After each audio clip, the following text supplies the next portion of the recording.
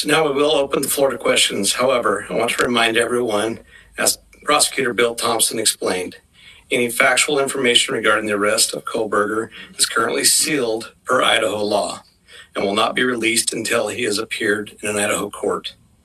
Please formulate your questions accordingly. I recognize there are a lot of questions, and I will try to answer as many of them as I can.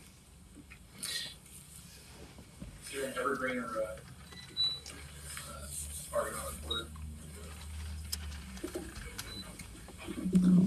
Lauren Patterson, Northwest Public Broadcasting, Spokane Public Radio. I realize the records are sealed. I guess I'm not too familiar with how it works, but can you tell us what tip, what lead, what piece of evidence really led you all the way from Idaho to the suspect in Pennsylvania?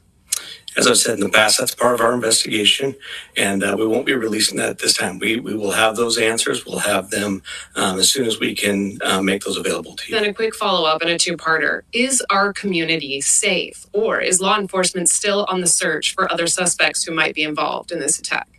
What I can tell you is we have an individual in custody who committed these horrible crimes, and I do believe our community is safe, but we still need to be vigilant, right? We still have talked about this in the past. We always need to be aware of our surroundings and make sure that we're aware of what's going on.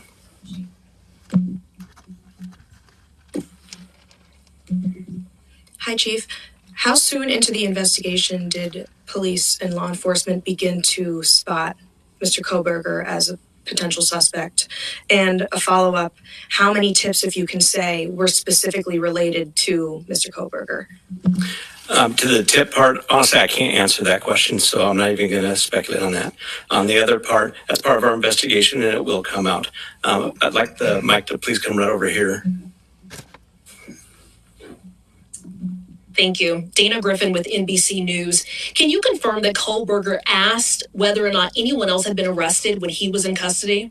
I cannot confirm that, or I'm not sure of that information, but that would still be a part of our investigation. Did CODIS initially return any hits on this guy? That's still part of our investigation. That will come out. If we could get somebody over here, please. And then one final question. Is there any message to the online sleuths who slandered and harassed people who they believed were responsible? There was a lot of speculation going on, and we've always said from the very beginning that we're the official message that comes out, and to pay attention to what we're putting out there to the press. I'm Nancy Liu with News Nation, and we were over at the house this morning, and you told us that the remediation would begin today. It was suddenly stopped. Can you tell us why? Yes.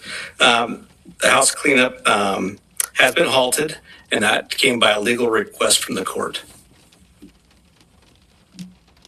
Christina Corbin, Fox News. Chief, have you identified a motive?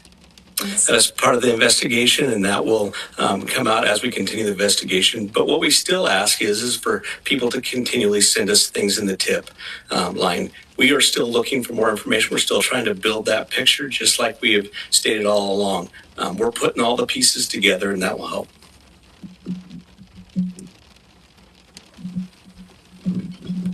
Chief Veronica Miracle with CNN. Any indication that the suspect knew the victims?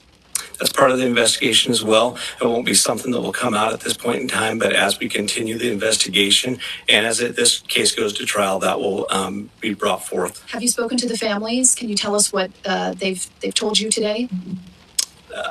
Are you talking to the victims' families? Yeah, we have reached out to the victims' family as we always do. We've done that daily, and we've continued to have contact with them. Hey, Nate Sanford, you mentioned earlier that you're still seeking tips about Brian and that people should still share whatever information they have. Can you speak at all about what specifically people should be reaching out for, like if they know something?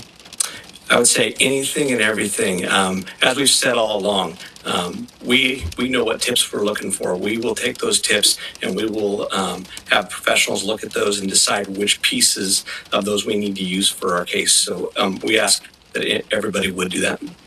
Angela Palermo, Idaho Statesman.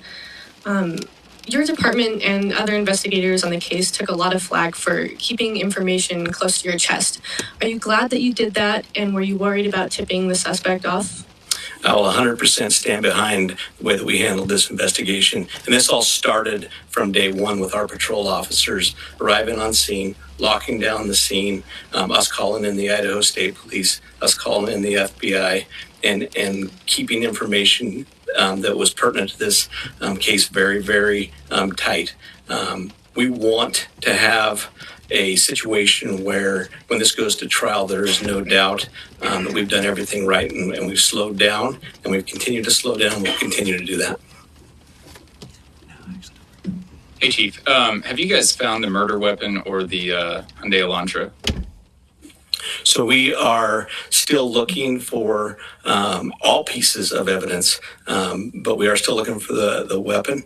And I will say that we have found an Elantra. You found the car? Stephanie Becker with CNN. Can you tell what it was like when you got the phone call when the police told you that they had your suspect?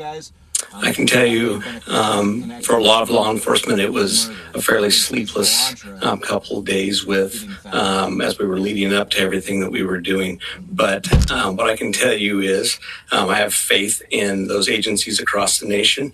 I have faith in our officers. I have faith in the FBI, and they did a great job. But sure, there was some times, even throughout the day, that we were always concerned.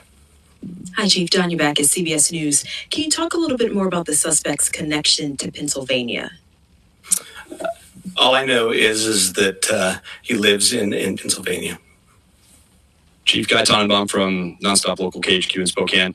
More about the Elantra. We saw reports that you mentioned that you recovered an Elantra, but can you specify where that was found? And we know that was one of the biggest pieces of information you were asking from the public to tip. Were you able to provide an information on whether those tips led to this seizure of an Elantra? That's still part of the investigation that will come out in the future.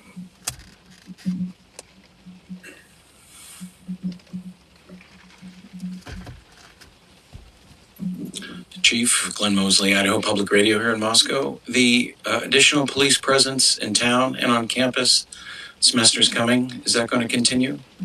You will continue to see state troopers in the area. We're talking to Latah County as well. You will see a presence of us that we're always have up on campus. We have assigned officers to that. So you will continue to see a law enforcement presence. I'm going to take two more questions. Hi, Chief. Julie Scott, ABC News. Can you tell us if you eventually had a license plate number to the Elantra and how you tracked it to Pullman? That's still part of the investigation that will come out.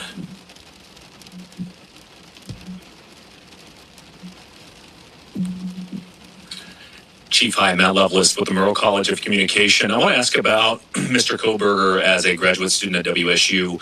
Are you aware of if he returned to campus after November 13th? And have you had any communication with departments on the WSU campus about his attendance? So some of that is going to be followed up as we continue our investigation. We'll be asking some of those questions, but that'll come out in the near future. So what I do want to do is I want to thank you all. You really have been the national voice for us. You've given us the opportunity to get many, many tips. And I do appreciate everything you've done, and we'll continue to look forward to working with you in the future on this. So I'd like to thank you for that, and thank you for your time.